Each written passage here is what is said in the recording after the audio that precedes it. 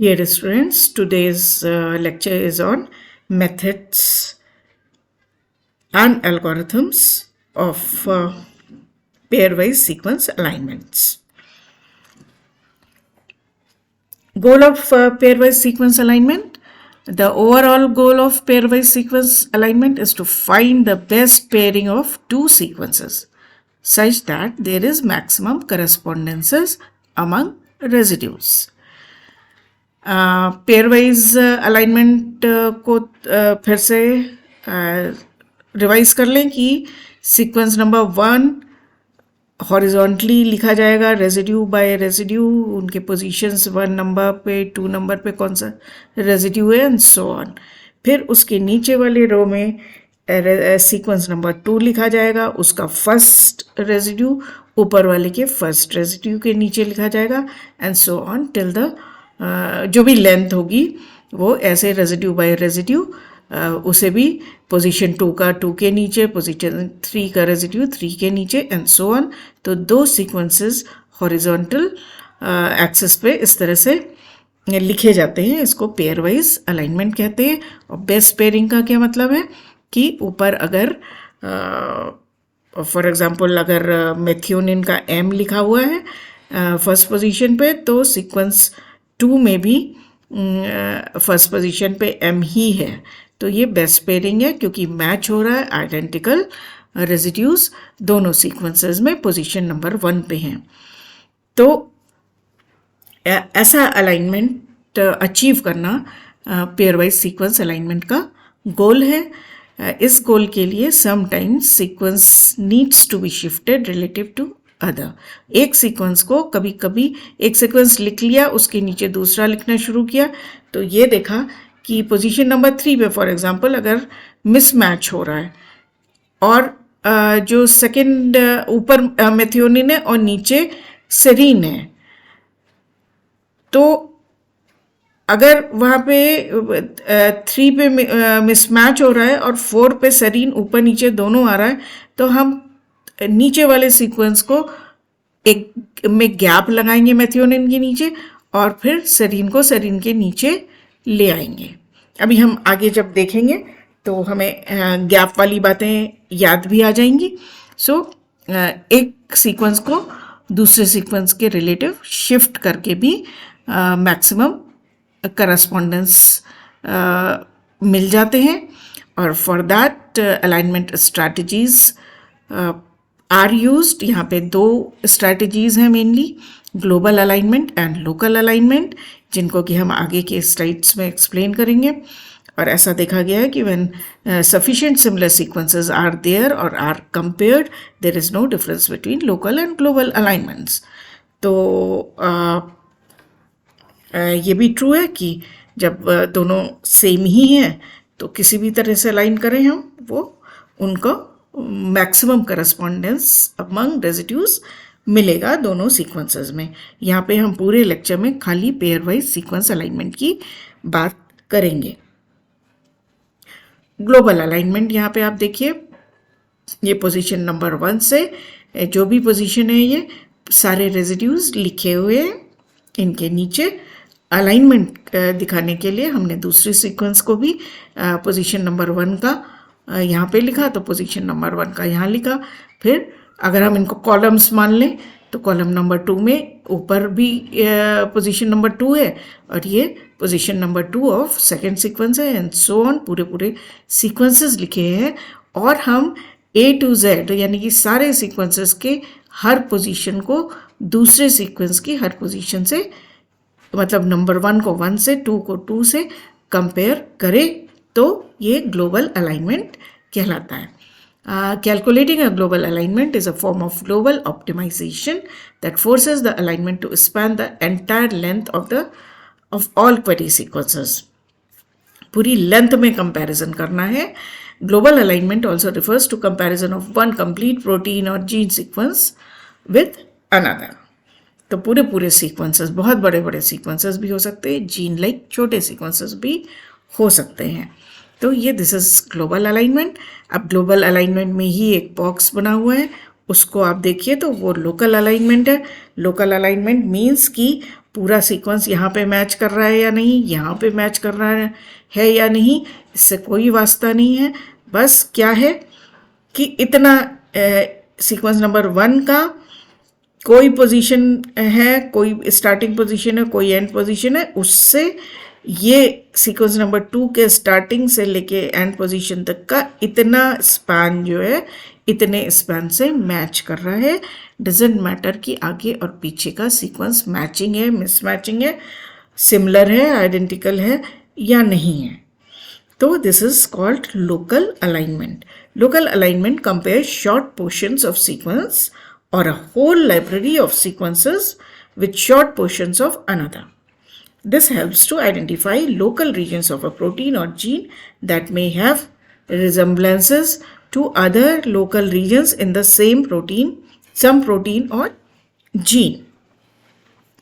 तो ये जो दूसरी बात दी गई कि whole library of sequence with a short portion of another. तो इसका ये शॉर्ट पोर्शन ले लिया सीक्वेंस 2 का और उसको किसी डाटाबेस में प्रेजेंट सारे प्रोटीन सीक्वेंसेस से 1 by 1 मैच कराया गया, एक एक रेजिड्यू शिफ्ट करके मैच मिलाया गया और जहाँ पे मैक्सिमम आइडेंटिटी या सिमिलैरिटी मिली, that is called local sequence alignment.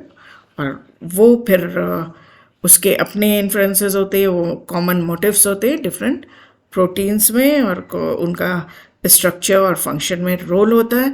So local alignment are like this. इनको हम कंपैरेटिव अकाउंट हमने बनाया है. Global alignment spans the entire length of all query sequences, while local alignment does not assume that the two sequences in question have similarity over the entire length. Global alignment also refers to comparison of one complete protein or gene sequence with another. During global alignment, the emphasis is on overall similarity between the sequences, while local alignment only finds local regions with highest level of similarity or more stringently identity between them and aligns these regions without regard for the alignment of the rest of the sequence regions. ये दोनों points हम आपको explain कर चुके हैं. General global alignment technique is Needleman and Wunsch algorithm based on dynamic programming. Technique क्या use की जाती है? नीडलमैन एंड वुंच ने दी थी टेक्निक. और एल्गोरिथम का मतलब है कि कोई मेथड जो कि शुरू हुआ है वो स्टेप वाइज मैनर में एक कुछ स्टेप्स चलने के बाद कंप्लीट हो जाता है और हम इन्फरेंस ड्रॉ कर सकते हैं. ऐसा मेथड वो लूप में नहीं होता, वो उसको फिनिश होना है. वो एक बार मेथड स्टार्ट किया तो वो कहीं ना कहीं जाके कंप्लीट होगा और कोई आंसर निकलेगा जिससे कि आप इन्फरेंस ड्रॉ कर सकें. So for global alignment, it is Needleman and Wunsch algorithm, while for local alignment, a technique is Smith and Waterman algorithm. This is also based on dynamic programming. Then the consequence of global alignment would be an understanding of the biological relation between two entities that are compared. It is usually carried out when already we have some idea about the two sequences that they are related. Local alignment is more useful for dissimilar sequences suspected to contain regions of similarity or similar sequence motifs only with their larger sequence context. तो ये dissimilar sequences के लिए useful है, while divergent sequences के लिए variable length के जो sequences हैं उन्हें कंपेयर करने के लिए global sequence alignment is not good because it will not be able to generate optimal results as it fails to recognize highly similar local regions between the two sequences. Global alignment करने के लिए जैसे कि अभी हमने पहले भी बताया कि गैप्स वगैरह देख के सिमिलर या आइडेंटिकल रीजन्स को करस्पॉन्डेंस में लाया जाता है. तो फिर मतलब ये शिफ्टिंग की वजह से अल्टीमेटली जहाँ नेचुरल मैचिंग होती है वहाँ पे डिस्टर्बेंस हो सकता है, तो लोकल रीजन्स जो छोटे छोटे रीजन्स हैं जो मैच हो भी रहे हैं तो वो शिफ्टिंग की वजह से डिस्टर्ब हो सकते हैं। तो इसलिए डाइवर्जेंट सीक्वेंसेस या जो इवोल्यूशनरी स्केल में डिस्टेंट रिलेटिव्स हैं, ऐसे दो प्रोटीन्स को लोकल अलाइनमेंट से कंपेयर करने से कुछ सिमिलैरिटी और मोटिव्स मिलते हैं, वाइल उनको ग्लोबल अलाइनमेंट करने की कोशिश करें तो इतने मिसमैचेस होंगे कि कोई इन्फ्लुएंस नहीं ड्रॉ कर पाएंगे।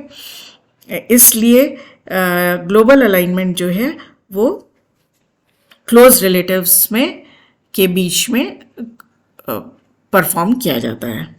नाउ इनके लिए आप इंटरनेट पे जाके देख सकते हैं, बहुत ढेर सारे टूल्स अवेलेबल हैं कि ग्लोबल अलाइनमेंट करने के लिए या पेयर वाइज लोकल अलाइन के लिए। So I have given few examples only. आप ये टूल्स यूज़ कर सकते हैं अपने प्रोटीन सीक्वेंसेस के लिए। ऑप्टिमल अलाइनमेंट एक और वर्ड है और वो और टेक्निक है। So what is that? Optimal alignment is an alignment which maximizes the score that which exhibits most correspondences and least differences. तो अलाइनमेंट करने में जैसा कि ग्लोबल अलाइनमेंट में मैंने बताया कि रेजिड्यूज को फोर्स करके शिफ्ट किया जाता है कि कहीं भी हमें लग रहा है कि शिफ्ट करने से मैचिंग अच्छी मिलेगी, तो हम एक सीक्वेंस के कंपैरिजन में दूसरे सीक्वेंस को शिफ्ट कर देते हैं, गैप दे देते हैं। तो ऐसा करने से अगर हम स्कोर करने लगें अलाइनमेंट को कि जो आइडेंटिकल रेजिड्यूज अगर हमें मैचिंग मिल रहे हैं तो हम उनको +4 देंगे। अगर मिसमैच मिल रहे हैं दोनों सीक्वेंसेस में किसी पोजीशन पे रेजिड्यूज तो उनको +2 देंगे। और अगर बिल्कुल ही सिमिलर हैं, सिमिलर माने कि फिजियोकेमिकल प्रॉपर्टीज सिमिलर हैं दो रेजिड्यूज की और वो एक सेम कॉलम में आ रहे हैं तो उनको +3 देंगे। इस तरीके का अगर हम कुछ स्कोर बना लें, चाहे वो कंप्यूटराइज्ड प्रोग्राम हो या हमें छोटे सीक्वेंसेस पे खुद परफॉर्म करना हो अलाइनमेंट और ऑप्टिमल अलाइनमेंट, तो हम इस तरह से बना लें और जब उनको नेट जो उसका एंड रिजल्ट आता है उसको कंपेयर करें तो उसमें स्कोर प्लस की ओर ज़्यादा है या माइनस की ओर ज़्यादा है, ये देखा जा सकता है। और इस तरह से जब प्लस ज़्यादा है माइनस कम है, डिसिमिलर रेजिड्यूज एक दूसरे सिमिलर कॉलम में नहीं है, अगर हम ऐसा अलाइनमेंट प्रोड्यूस कर लेते हैं, that is known as optimal alignment. यही बात इसमें लिखी हुई है। In an optimal alignment non identical characters and gaps are placed to bring as many identical or similar characters as possible into vertical register. एक दूसरे के ऊपर सिमिलर या आइडेंटिकल रेजिड्यूज ज़्यादा से ज़्यादा आए। Optimal alignments provide useful information to biologists concerning sequence relations by giving the best possible information as to which character in a sequence should be in the same column in an alignment and which are insertions in one of the sequences or deletions in the other. This is an important information for making predictions on basis of sequence alignment.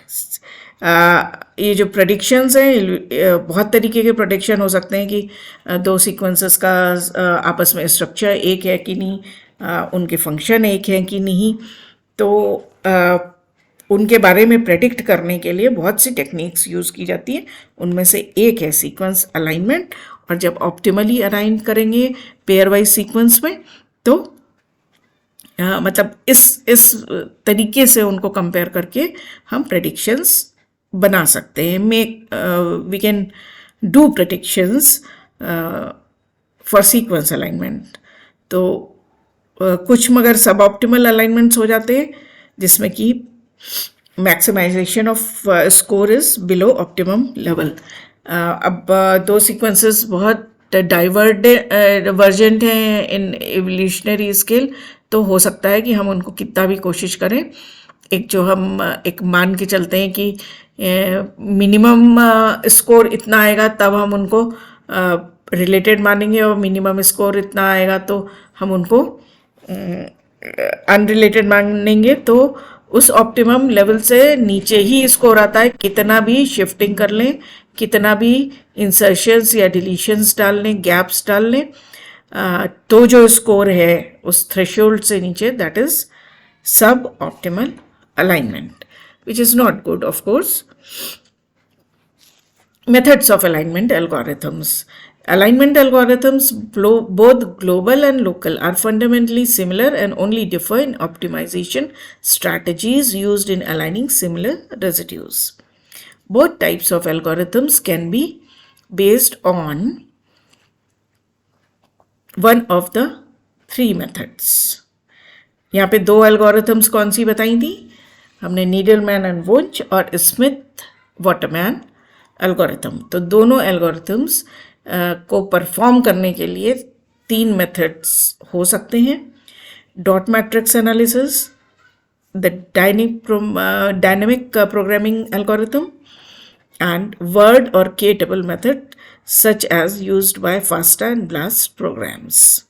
FASTA and BLAST tools हैं जो कि sequence alignment और similarity find out करने के लिए commonly use किए जाते हैं। ये प्रोग्राम्स हैं या मेथड्स हैं जिनके बारे में अब हम आगे के लेक्चर्स में डिटेल में पढ़ेंगे।